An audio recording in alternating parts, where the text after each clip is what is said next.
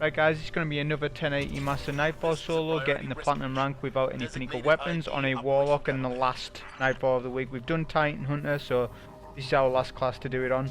Turns out that this one is the easiest of the three. I thought Hunter would be, but I've been testing out some strats at the boss. The Warlock's the easiest one. I probably could optimize it on a Titan as well, but I think overall the Warlocks are the easiest. So, as for our build, I won't talk too much about what I'm doing, as I've explained this on my previous two videos, all the ad spawns and stuff. I will go over that stuff again, but I'll talk about what I'm using. So, I have all Hive mods on. So I have Hive Invigoration, Hive Repurposing, Hive Armaments, Hive Barrier. That's 4 slots, plus a high energy fire in one of my legendaries pieces with counter charge on the chest plate. The reason for that is we need the high energy fire to help out for the solo boss 2 phase at the boss itself. Plus we can pair that with Oppressive Darkness, which I'll get into all that when we get there. We don't really need a use for exotics, I didn't have one on, just 5 pieces just so that we've got everything on. Hive Invigoration is handy because for any orange, for any major bar, ultra or boss or whatever, like mini boss, we get our healing rift back, so we can use a healing rift on champions, on every champion, and get our healing rift back instant. So it's very powerful. It's really good to have that on, but Hive Repurposing is really good to have on as well, because we can nade every champ on each shield break, which is so powerful. So we've got that on. Of course we're going to have Hive Barrier on for the increased damage resistance always. Hive Armaments so that we have a constant feed of Xenophage ammo. So as for our weapons, we're using the exotic machine gun Xenophage, which I feel as though most people have this exotic. It's not the hardest exotic to get. The last mission's kind of hard, I guess, in the Pit of Heresy dungeon part segment. To solo it's hard. But generally I think that most people have Xenophage, so it's a good weapon to use. We're using double primary again, so we have the Cold Denial Kinetic Pulse Rifle. We do Unstoppable Burst on, which you can get from Umbral Engrams, or you can use the Season Pass one. I can't remember what the role was for the Season Pass one though, but my role had Feeding Frenzy Rampage on it. Sorry, Feeding Frenzy multi-kill clip, so it's a really good roll. I also had Gnawing Hunger on for Void Shields, it's quite a lot. I had a couple of Void Shields and stuff, well not that many, but there's a couple. But the main reason why we had it on is because we got Demolitionist. We chose not to use Reverse Hold or anything that gives us our nade fast so much. So I had a Demolitionist auto on to counter that. Plus we don't need that much nade energy because we're going to get a lot of nades from champions and stuff like that. So with the first champion, we're going to come to this section here as the champion can't hit us in this location. Really good spot. We pre-heal and rift as well, so that when he was to die we would get our healing rift back. We're going to save our Nova Bomb and experiment with it in the next room. Sometimes I Nova this night here, but I decided not to. We're always starting with a nade on these champs if we can as well. If not, it's at the end of the world. We can just prep the night with a couple of Xenophage shots and then go from there. That's the opening encounter, not much to it. We're going to use our auto to get some nade energy back in our melee.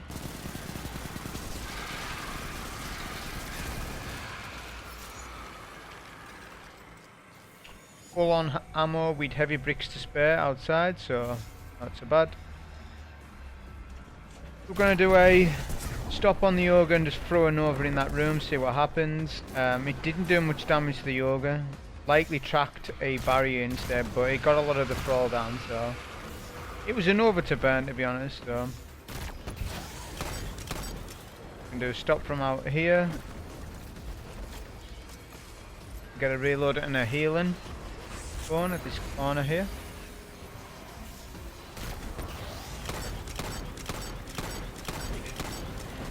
Plus we've got the high energy fire build, like I said, so every time we're stopping we get that 20% damage buff. Combining that with Xenophage's power and the fact it's got no range drop off means you can take the Ogre anywhere really, as long as you can see him. Also, we're trying to get the knights to die to our nades so that we can have a constant fill of ammo. What you'll find with Xenophage as well, sometimes it staggers the champ and you get more time on the first shield break. Which this champ actually staggered there, so I could have fired more shots, but that's a good thing about Xenophage. Caliban, do you copy? Caliban, do you copy?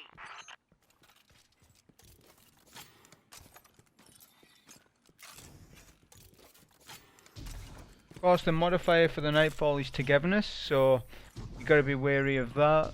We can't play too close or aggressive with the ads. Everything's taken from range, basically, just because of how you've got to play this Nightfall. Since we have Hive Repurposing on, we can finish Hive enemies, like I said in my previous video, to finish them to get a nade back, to then spam a nade on them.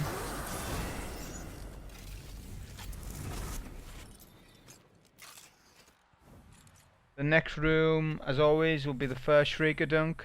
We have a Void Shielded Wizard, couple of Acolytes, not too much.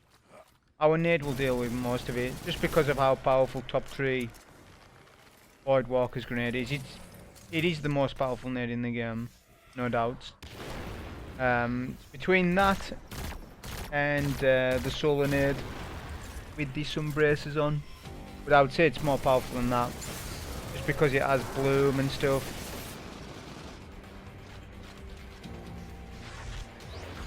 We're going to do a healing rift at this corner, since we can farm a healing rift back off the wizard. It's a major.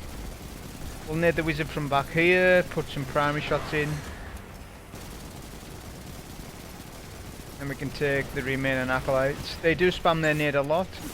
They also spawn a fire pool when you kill them, which works to your advantage when you use some ranged weapons, because if they're standing in the pool they take additional damage. They actually take damage from it.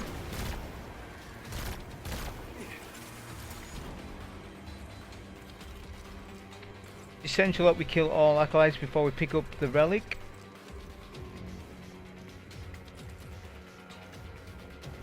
And also we want a healing rift. I recommend, if you haven't got it, you wait for it. We're going to do a healing rift behind this corner. We're going to get our nade charging. We're just going to do one in the vicinity. It generally hits the knight. He was in an awkward spot, but I'd done enough to stop the health regen. We're waiting for the next shield break. This pill is very good. Like even there, we weren't able to get the critical hit, so we're having to shoot his shin. But even still, 9 hunger is good enough to take the shield. So that pill is really good. Probably the best spot, but for the weapons I'm using, anyways. The nade as well that we pre-done took all the acolytes and stuff, so now we're going to get the first dunk, the shrieker. This dunk isn't too bad. If it wipes you though, it's not a problem, as long as you are getting the dunk as well as, like, if you trade, get the dunk and die, it's fine. You'll have the checkpoint. There's no extinguish modifier on. You won't get the flawless, but there's no benefit to getting a flawless on this. There's no additional thing. I mean, yeah, you're going to save time, but on the Master Nightfall, score's not important. A sloppy run, you can still always get sort of the 100k. I can't remember what score I end up getting, but it's well above 100,000. But this video is not aimed at the score runs, which I kind of miss the score runs. For people that remember what the score runs used to be like, I used to like the time trial score sort of runs, Nightfalls, especially when you could get like 300,000 points and stuff like that. I used to miss those because it wasn't, it was a different type of skill. It wasn't, oh, you have to kill 10 million champions. It wasn't about that. It was about clearing each section like quickly and finding the best weapons to do it, the best builds. For example, Warden of Nothing when Skull of Amkara was meta. You used to like throw novas upon novas and get like nearly a huge amount of score on the old Nightfalls, but I guess this is how they want Nightfalls going forward, and I don't see them changing. So it is what it is. We'll play to what they want, to what our Bungie wants us to do them. I just hope that in November that they sort the mods out, the weapon mods. If they do that, I'm happy enough. I don't care if the content's subpar, like I do care. I do care that if the content's bad or good. But that for me is the biggest thing. Like, let us have the mods all accessible. Scout, pulse, hand cannon, auto, sidearm, bow, everything. Every primary, let us do it. Let us put them in exotics. If they do that, I'm happy enough playing the game. But if they don't, then I'm just going to be fed up with seasons where we're having to use weapons that we don't want to.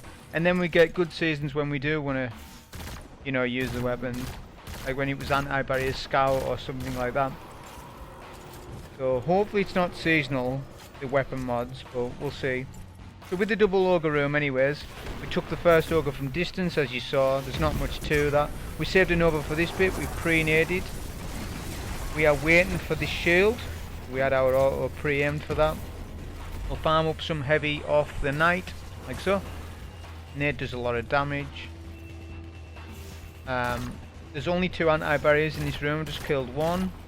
We will wait for the left one, or the one on the right, sorry, to loop round to us. There's an arc shielded knight over there, but we don't take any arc shields. Funny thing about this Nightfall, I thought it was an ordeal, before the ordeal system. There used to be tons and tons of arc shields. Now there's only 3, because all the arc shielded knights have turned into champions, and they don't have arc shield. They have their anti-barrier. So there's not much use for arc in this, essentially. And the arc shielded knights that there is, you don't need to kill them. So there's not much use. The main shields are Void and Solar that are priority. That's our second champ that we took down. We let the nade kill him. Free Xenophage always with a nade if you can, and then just kill any acolytes around. Once this area is clear, not so much the knight over there, but the area where I'm standing, you can jump up to the top roof and we'll take the second ogre. Now there's no additional adds. Well, the knights have spawned in, but there'll be wizards and stuff. So we're going to wait for our Oppressive Darkness nade. We have Charge of Light as well, which I actually didn't realise at the time I had that. But I advise getting your Charge of Light from the champion. Because you stack that with Oppressive Darkness, you can melt the ogre before the wizards start to interrupt what you're trying to do. We're also going to farm some nade energy back off their shields. Just keep breaking and then nading any acolytes below. We didn't really need to do that, to be honest, because we had bricks below, but fine. I didn't really want to jump back down. Even though there's only like 2 acolytes, we were half elf, so I wanted to take them because of the modifiers. There is Void and aerial squad of 9. Damage is increased. Off one by one. If we were to jump there, the acolytes could have actually wiped us. That's why I took them out. Into some kind of crystal. So the ads in that previous room, we can skip all of them. We got what's required for platinum, which is 2 anti-barriers, and we triggered the room by killing the 2 ogres. So that's fine. We can move on.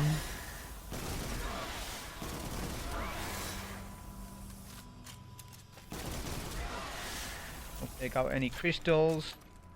On my last 2 runs, on my Titan run and my Hunter run, I've done this section different, whereas I would skip the ads either with a super or go invis, depending on what class we're talking about.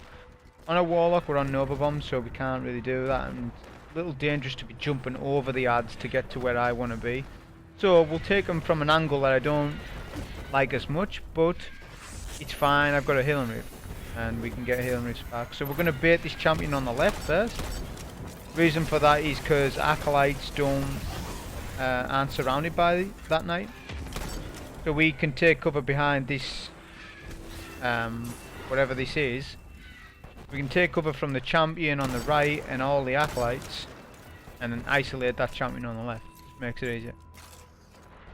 Then we'll use Xenophage to take out a couple of acolytes because we've got plenty of ammo, and we're going to prep. We're going to bait out the first shield. We haven't got an impressive darkness nade to start with this champion, but that's fine. We can on the second phase. Try and let the nade kill champ. Very efficient ammo. Really good. Round the corner there's going to be another anti-barrier and 2 void shields. I'm sorry if you've watched the last 2 videos and I'm repeating what I've said in those. I do apologise, but this video is for Warlock mains, so they might not have watched the Titan run. They might not have watched the Hunter run because in the title, and if they're not wanting to watch that run but they've only watched this, then they still need to know the spawns. So it sounds like I'm repeating myself. I apologise about that. But I'm just doing these videos on the assumption that a Warlock main wouldn't watch the Titan run and a Titan main wouldn't watch the what, you know. That's how I'm sort of doing it.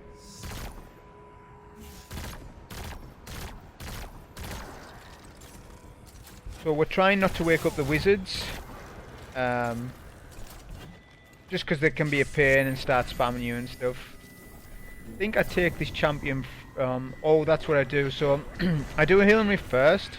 I can jump in the air safely, nade the wizards, and then we can prep this champion. What people might not know with a healing rift, I think it's the same with a well. If you jump up straight up in the air, you're still technically in that healing rift. Yeah, you still get your over shield and whatnot. I think it's the same with the well, I'm sure. Once the music changes and you get near the relic, additional adds will spawn in for all. One nade usually takes them all out, and we can bait the adds to manipulate them into our one nade. One add was still left alive, but we used our melee, part of the top tree Voidwalker's perk, to get your grenade back. Now I generally don't do solos with the Voidwalker. Like I haven't done a solo with a Voidwalker for quite a bit. As in top tree, I'm not talking Devour. I love Devour, but in terms of like Nightfall solos, I don't like to do too much top tree Nova Bomb solos. Mainly because I feel as though this class has been broken ever since Controversial came out. It's a fun build, and we need fun builds in the game to keep playing, right? But I just feel as though it's not that it's.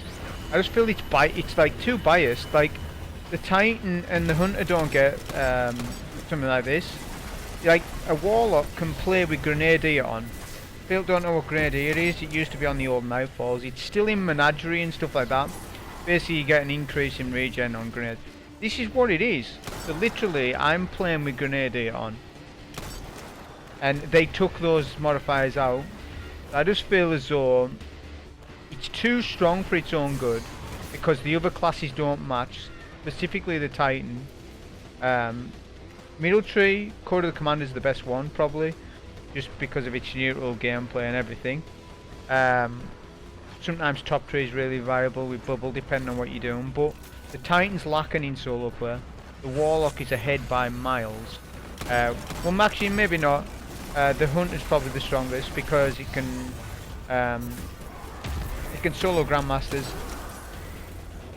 and Masters PvPs. It can just clear all the champions, skip all adds, infinite invisibility, so that's too strong as well in that respect.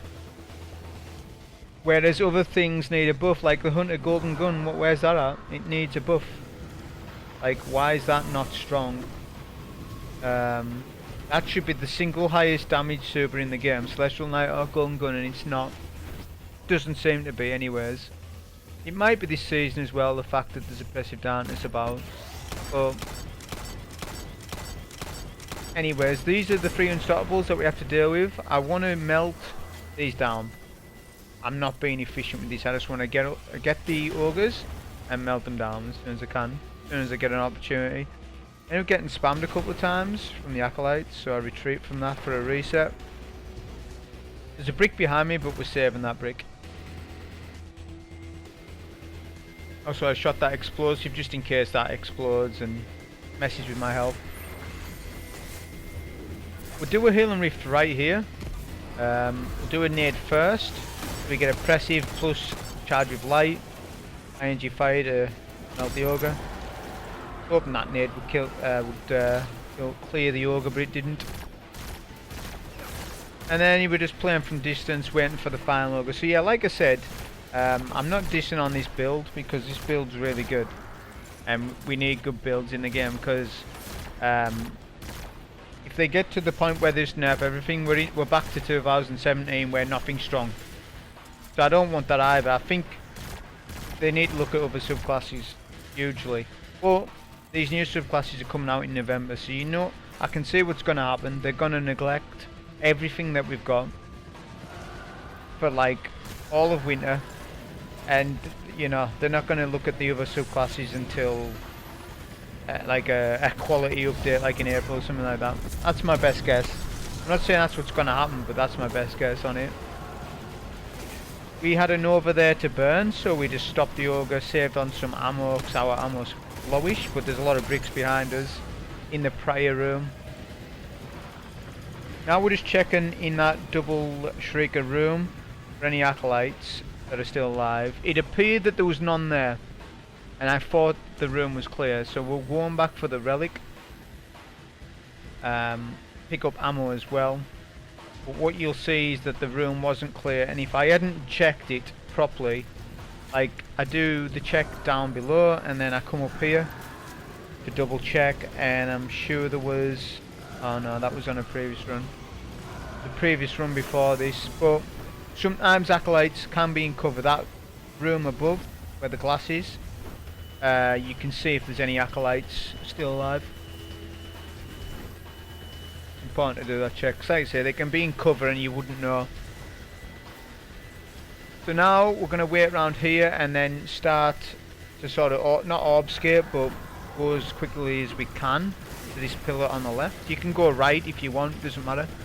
You will end up taking some damage. Togetherness is on, so you need to do a healing. If you do not have your healing, you need to wait behind that pillar until you get one.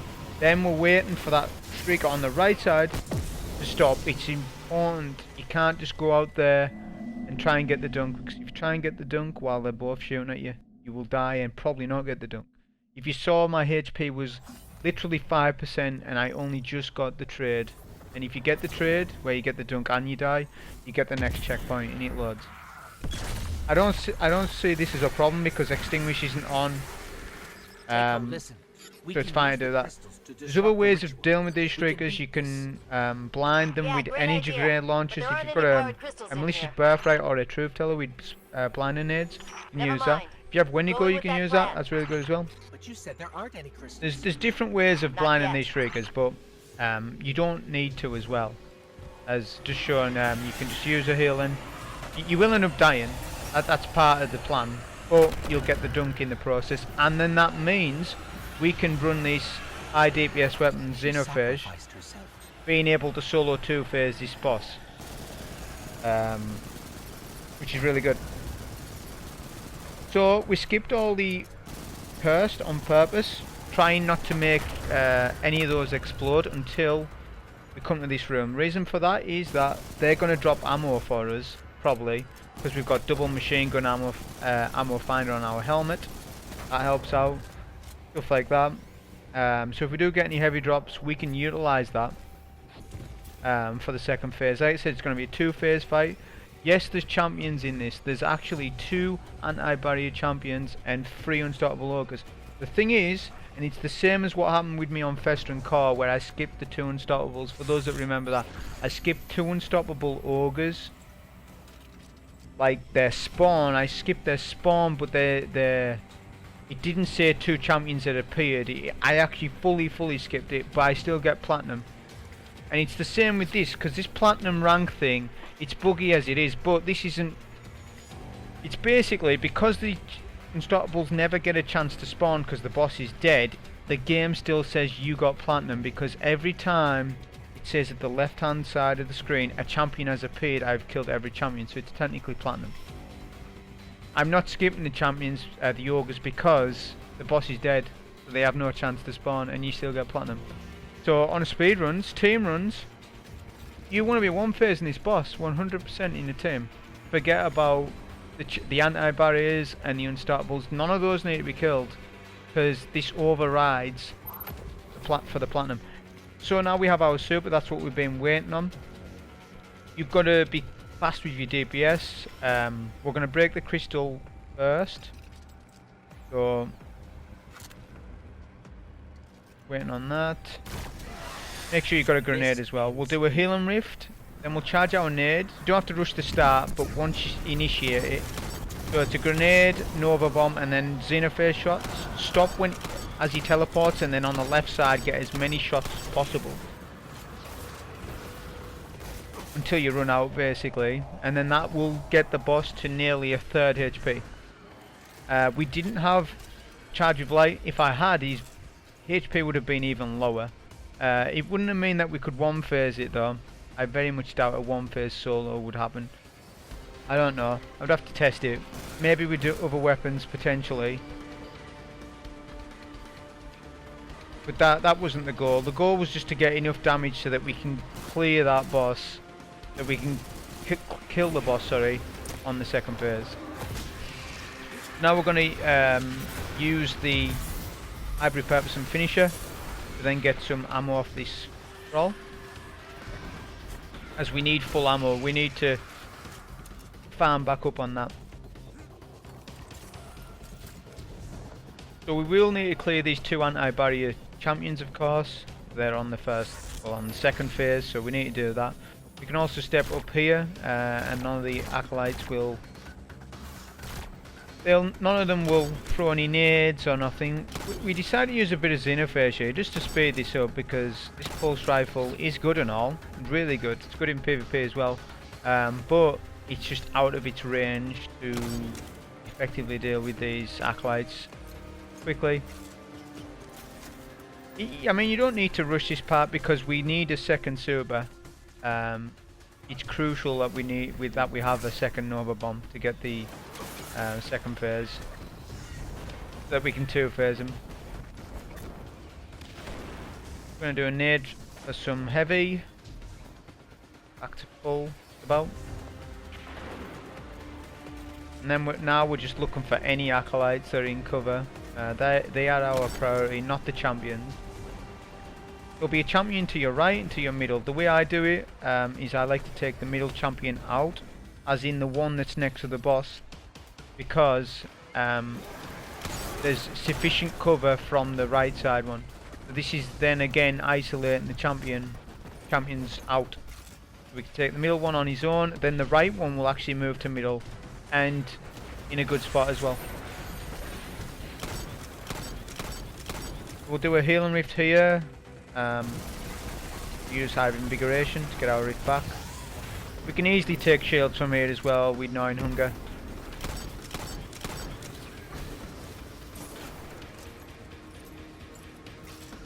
Get a quick reload. As I said, the champion will rotate, just part of his AI. That will always happen as well.